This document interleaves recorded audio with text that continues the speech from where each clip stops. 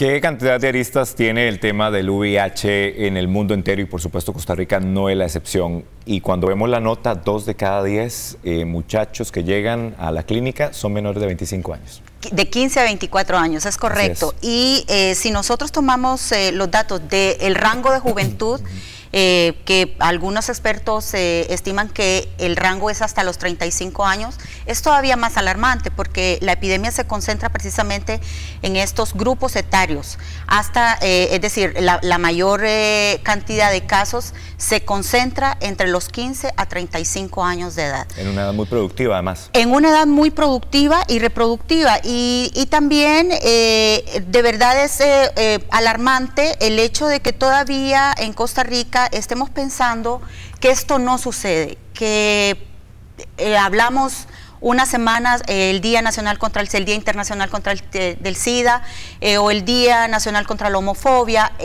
retomamos el tema y de ahí se nos olvida, y la verdad es que la epidemia sigue día a día cobrando la juventud precisamente de las personas. Ivonne, de hecho cuando estábamos pensando en este tema, porque hemos hecho una serie de entregas acerca del VIH en el país, lo que comentábamos era, uy, qué miedo hacerse la prueba porque uno no sabe, y eso es lo que mucha gente puede estar pensando en este momento. No es un asunto de miedo, es un asunto de que hay que hacerse la prueba para estar tranquilo, y eso es lo que pasa, no se está enseñando a la gente a hacerse una prueba como debe ser. Por supuesto, y es que la epidemia nació lamentablemente acompañada del estigma y la discriminación, y precisamente el estigma y la discriminación causa miedo en las personas. Es decir, yo no quiero hacerme la prueba para no saber, no solamente por no saber yo, sino porque tengo miedo al estigma, a la discriminación que puedo enfrentar por ser una persona con VIH. Prefiero no saber.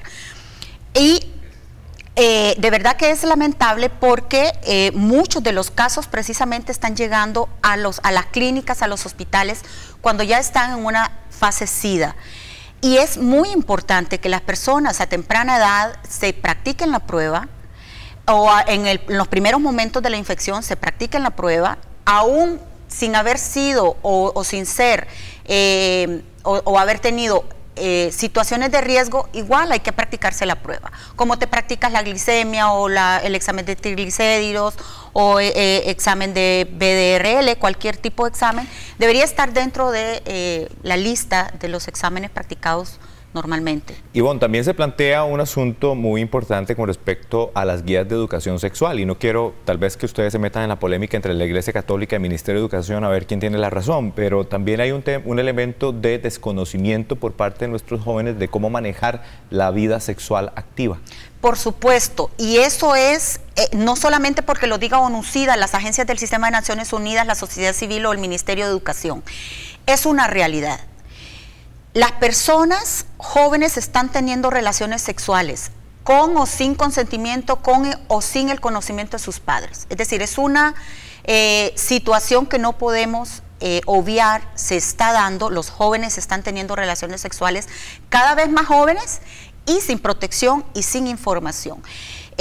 Entendemos que los programas de educación para la sexualidad y la afectividad no solamente hablan de la genitalidad, del sexo como coital, sino tiene que ver con cómo formamos a los jóvenes en su convivencia, en su sexualidad que va más allá de la genitalidad. Somos seres con sexualidad desde el vientre de nuestra madre, identificamos y tenemos manera de relacionarnos con la voz que representa a nuestro padre o la voz que representa a nuestros abuelos o nuestros hermanitos. El bebé ya empieza a reaccionar y esa relación con los demás tiene que ver con nuestra sexualidad, cómo nos identificamos y cómo nos relacionamos con los demás. Por lo tanto, es parte de la vida humana y los programas de educación para la sexualidad y la afectividad pretenden no solamente educar en ese sentido, sino también en la prevención de violencia, de casos de violencia en la pareja, que eso tiene mucho que ver con las infecciones de transmisión sexual y con el VIH. Finalmente, Ivonne, otro tema, ¿qué se está haciendo desde ONU-SIDA, por ejemplo? ¿Qué programa reciente se está promoviendo? Bueno, como todos saben, ONU-SIDA es el programa conjunto de las Naciones Unidas sobre VIH y SIDA. Y nuestro objetivo es fortalecer las capacidades de los estados para que puedan responder a la epidemia de manera efectiva, de manera consistente y atendiendo a cómo se va conduciendo esa epidemia, que los países puedan dar respuestas efectivas. Por lo tanto, el Programa de Naciones Unidas sobre VIH y SIDA apoya desde las diferentes agencias y sus mandatos al Estado, pero no solamente a las instituciones públicas, sino que a la sociedad civil, ¿verdad? A los servicios propiamente de salud como ser la caja, y tratamos de fortalecer esas capacidades para que el país sea precisamente capaz de dar respuesta efectiva al VIH. Gracias, Ivonne Zelaya de ONUCIDA, una plática que esperemos se vuelva a repetir en algún momento, porque es un tema que a nosotros como medio de comunicación nos interesa estar siempre poniendo sobre la mesa. Claro que sí, muchas gracias, Douglas. Vamos a hacer una pausa comercial y regresamos con más información, ya último bloque informativo hoy en la mañana, hasta las de 7 a 7:30. Volvemos.